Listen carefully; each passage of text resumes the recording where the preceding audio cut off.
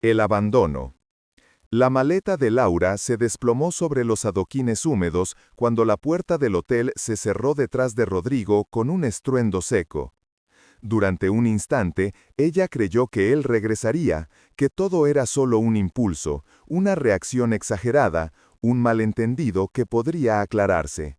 Pero el silencio del vestíbulo, donde minutos antes habían desayunado juntos, confirmó la verdad. Estaba sola.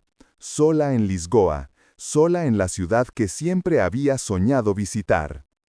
El viento del Tajo azotó su rostro, como si quisiera despertarla de un sueño que se había transformado en pesadilla. Rodrigo no solo había gritado, no solo había acusado sin escuchar, él había cancelado su tarjeta, retirado su nombre de la reserva y la había dejado en la calle como si fuera una extraña. El hombre que juró cuidarla había sido el primero en abandonarla. Laura se inclinó, recogió la maleta a medias abierta y la abrazó contra el pecho. A su alrededor, la ciudad continuaba viva, tranvías tintineando, turistas riendo, el olor a café recién hecho escapando de una esquina. Pero nada de eso le pertenecía ya. Lisboa, que horas antes era su sueño más antiguo, se había convertido de pronto en un vacío inmenso. Dio los primeros pasos sin rumbo, arrastrando la maleta como si fuera un peso muerto. No sabía a dónde ir, solo sabía que debía moverse, que quedarse quieta significaba quebrarse por completo. Mientras caminaba cuesta abajo hacia Alfama, la ciudad parecía observarla en silencio, como si presintiera que aquella noche marcaría un inicio tan doloroso como necesario. Mientras avanzaba sin destino fijo, la mente de Laura comenzó a retroceder, buscando un punto donde todo hubiera tenido sentido. Pensó en su infancia, en los veranos largos con su madre portuguesa, en los cuentos sobre Lisboa, en las canciones de fado que ella entonaba mientras cocinaba. Su madre había muerto demasiado pronto, dejándola con una mezcla de nostalgia y soledad que nunca terminó de descifrar. Recordó también cómo había conocido a Rodrigo. Él apareció en una etapa en la que Laura sentía que su vida se escapaba entre los dedos. Mucho trabajo, pocos amigos, ninguna familia cercana. Rodrigo era atento, seguro de sí mismo, el tipo de hombre que se movía en el mundo con una confianza que ella deseaba tener. Él la hacía sentir vista, elegida, protegida. Pero aquella protección venía con un precio que Laura solo entendió demasiado tarde. Sus celos disfrazados de cuidado, sus decisiones unilaterales presentadas como lo mejor para los dos, sus silencios fríos cada vez que algo no seguía su expectativa, todo eso había ido moldeando un amor que ya no sabía si era suyo o prestado. Aún así, la idea de viajar juntos a Lisboa había encendido algo real dentro de ella, ilusión. Sentía que, de alguna manera, cumplir ese sueño sería honrar a su madre, reconectar con sus raíces y quizás salvar un matrimonio que ya mostraba grietas invisibles. Pero ahora, caminando por las calles empinadas, Laura comprendía algo más profundo. Lisboa también iba a mostrarle verdades que nunca se había atrevido a enfrentar. Cuando Laura cerró los ojos un momento para controlar el temblor de sus manos, la memoria la arrastró hacia el día anterior, cuando Lisboa aún era luz. Recordó el taxi cruzando el puente 25 de abril, el brillo del río extendiéndose como una lámina líquida, y a Rodrigo señalando los miradouros con un entusiasmo que parecía genuino. Ella había sonreído, apretando fuerte su mano, creyendo que estaban comenzando un nuevo capítulo. El barrio de Alfama la había conquistado al primer vistazo.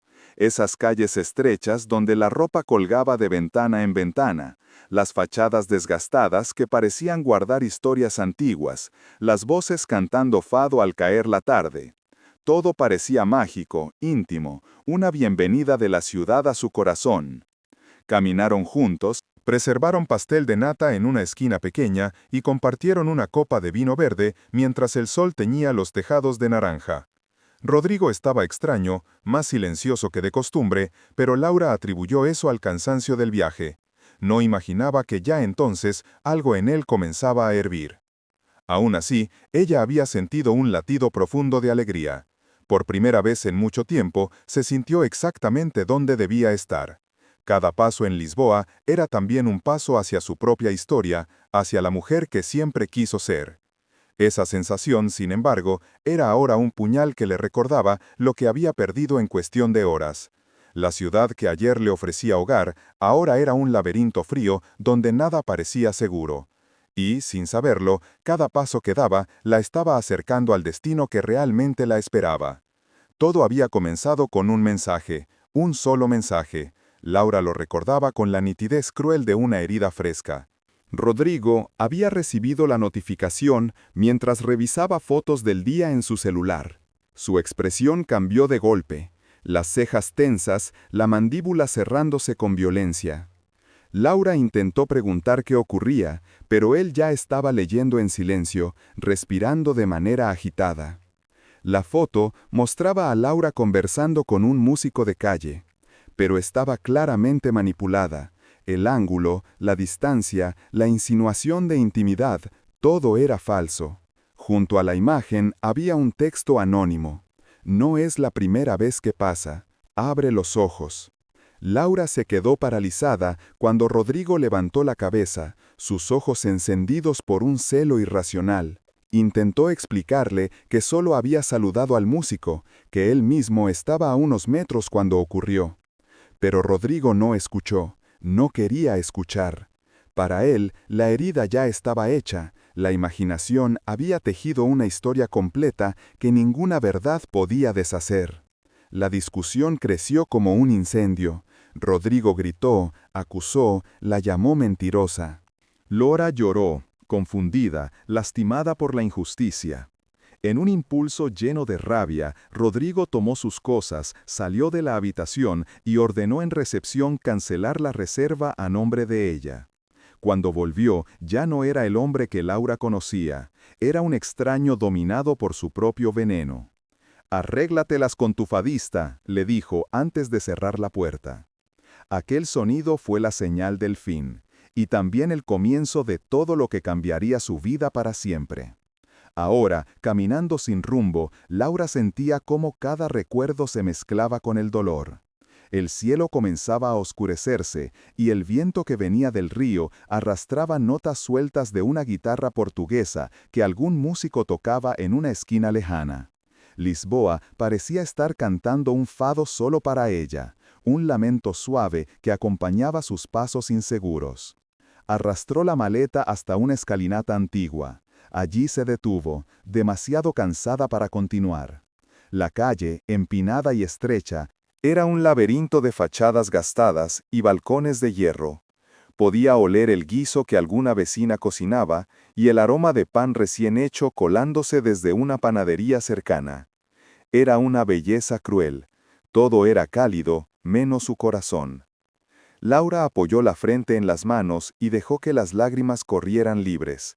No era solo la traición, era la sensación de haber perdido el suelo bajo los pies.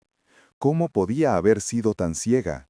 ¿Cómo no había visto en Rodrigo esa sombra oscura que ahora se revelaba sin disfraz? Un grupo de turistas pasó a su lado y ella intentó secar el rostro para no llamar la atención. Pero el temblor seguía ahí, firme, incontrolable. No sabía qué hacer, no sabía dónde dormiría esa noche.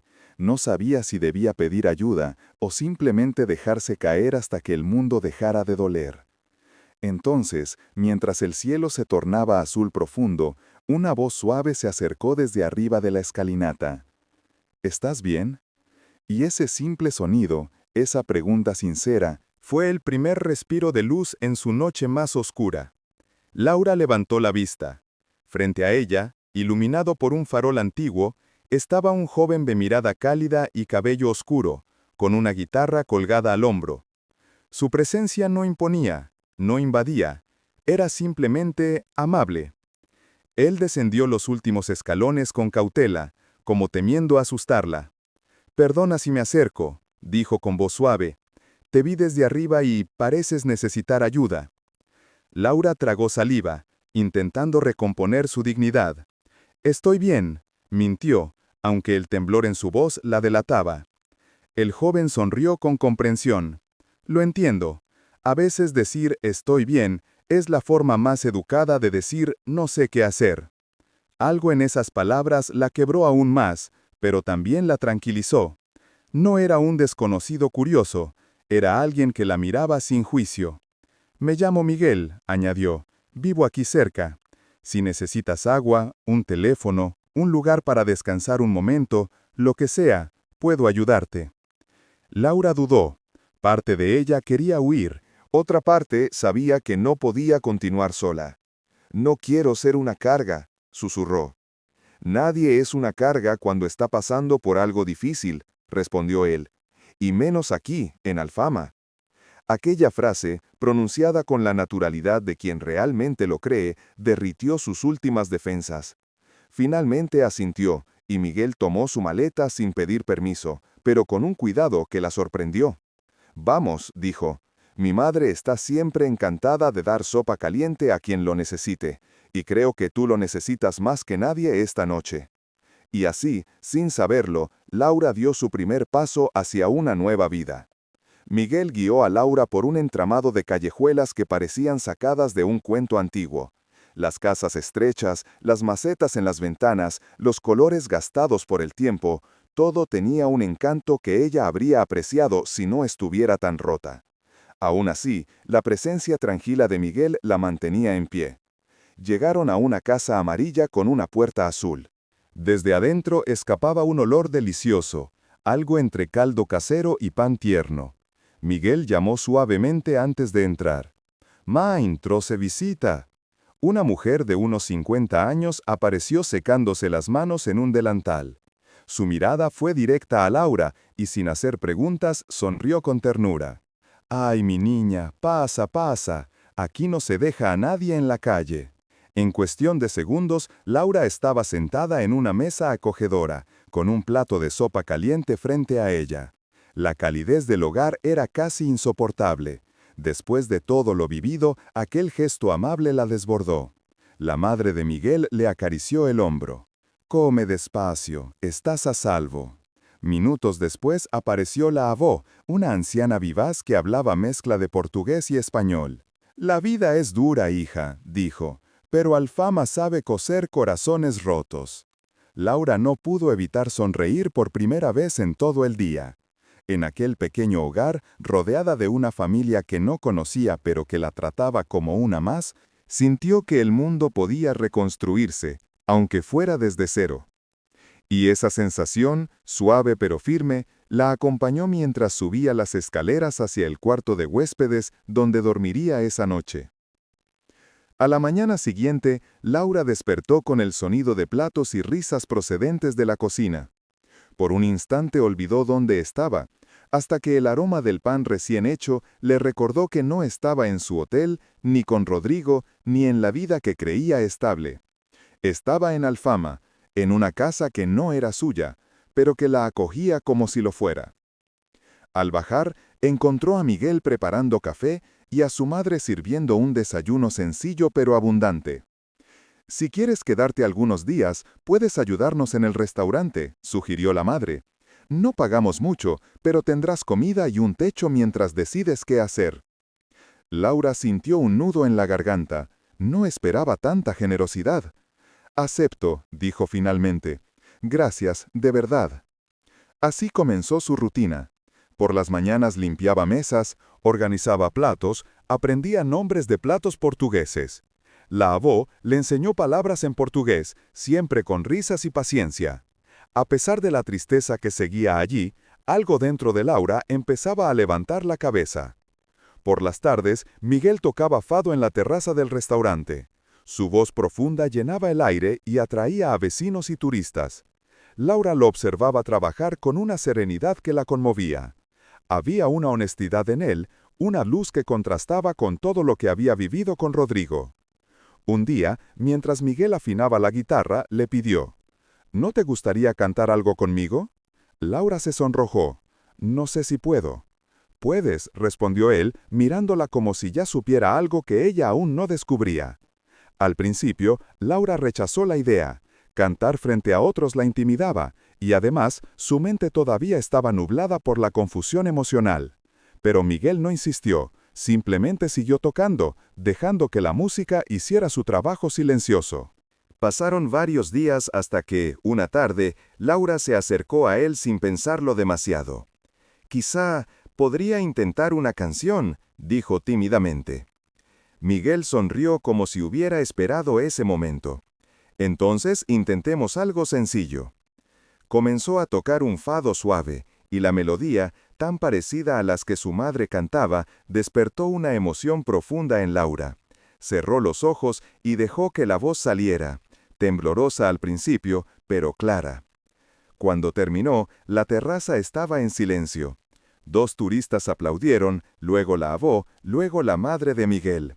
Laura se sorprendió, ruborizada pero feliz. Había olvidado lo que se sentía al hacer algo que nacía del corazón.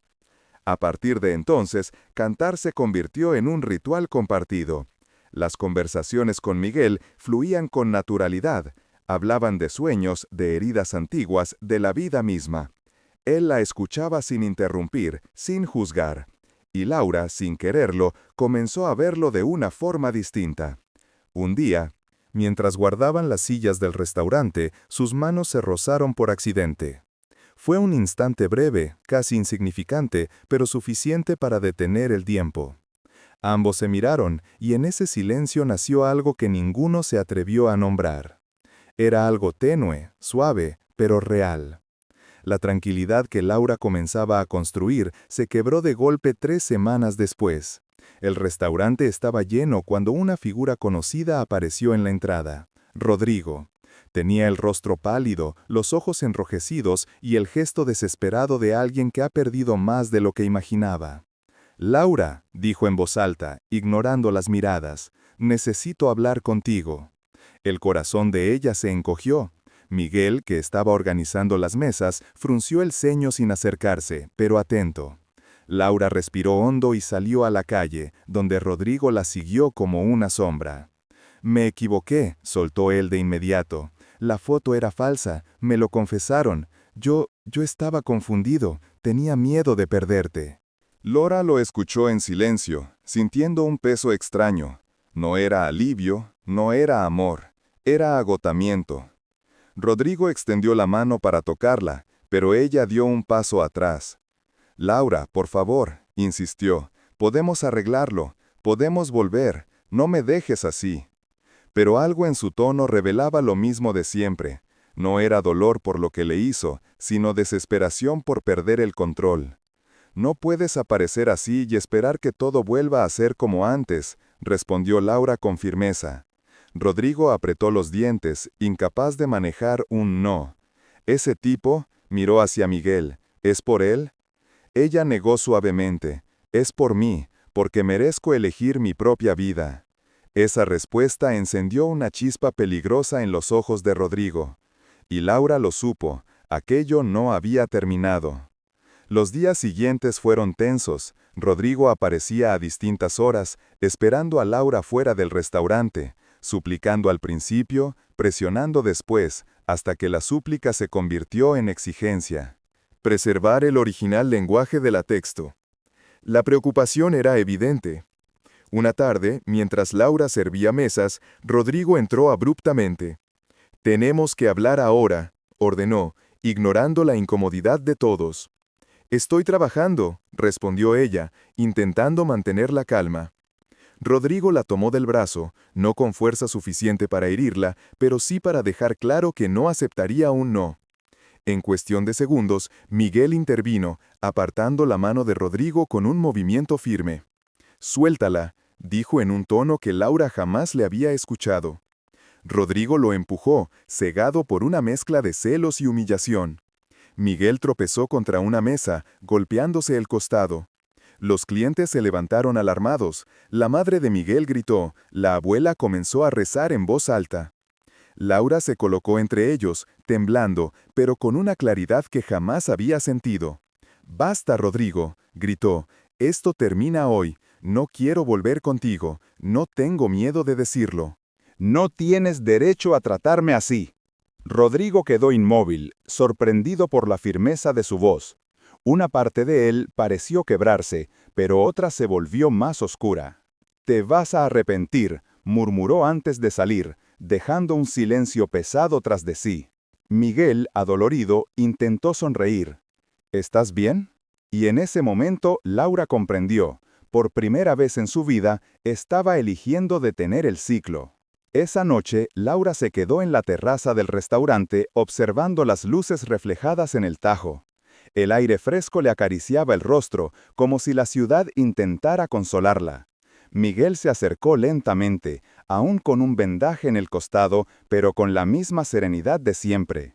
«No tienes que decidir nada ahora», le dijo. «Solo respira». Laura lo miró con gratitud. «Hoy sentí miedo», confesó, «pero también sentí algo que nunca había sentido, fuerza». Miguel sonrió. «La fuerza siempre estuvo ahí, solo necesitabas escucharla». Ella se sentó a su lado y dejó que el silencio los envolviera. No era un silencio incómodo, era el tipo de silencio en el que se construyen nuevas verdades. «No quiero volver a vivir con miedo», continuó Laura, «ni con dudas, ni con alguien que me hace pequeña para sentirse grande». «Entonces no vuelvas», respondió Miguel con suavidad, «y lo que venga después lo decidirás tú». Laura respiró profundamente. «Elegí quedarme. No por ti», aclaró, aunque sus ojos se suavizaron, «por mí, porque aquí siento que puedo empezar de nuevo». Miguel asintió respetuoso. «Eso es todo lo que deseo para ti». Las campanas de una iglesia cercana comenzaron a sonar, marcando una hora que Laura sintió simbólica, el cierre definitivo de un ciclo. Ella tomó una decisión que cambiaría su vida. Ya no caminaba arrastrando maletas ni lágrimas, caminaba hacia sí misma. Meses después, Lisboa tenía un color distinto para Laura. Ya no era el escenario de su peor caída, sino el lugar donde había encontrado una versión de sí misma que nunca imaginó posible. Caminaba por Alfama como quien camina por casa, saludando vecinos, ayudando en el restaurante y, sobre todo, cantando. Esa noche, el restaurante estaba lleno. La abo acomodaba sillas, la madre de Miguel servía vino verde, y Miguel afinaba la guitarra con una sonrisa discreta. Laura, detrás de la cortina improvisada, respiraba profundo. No era nerviosismo, era emoción pura. Cuando salió, el público la recibió con un aplauso cálido. Ella buscó a Miguel con la mirada. Él la miró como siempre, sin adueñarse, sin exigir, solo acompañando. Laura tomó el micrófono y dijo: «Esta canción es para quien alguna vez se sintió perdida y encontró un lugar para renacer». La melodía comenzó y su voz llenó el restaurante con una fuerza nueva, una que venía de un corazón que había aprendido a romperse y reconstruirse. El fado hablaba de pérdida, pero también de libertad, de despedidas, pero también de puertas que se abren. Al terminar, la ovación fue inmediata. Laura sintió lágrimas cálidas recorrer su rostro, pero esta vez no era tristeza, era gratitud. Miguel se acercó y tomó su mano, no como un dueño, sino como un compañero. Laura miró la ciudad por la ventana. Lisboa no le había quitado nada, le había devuelto todo.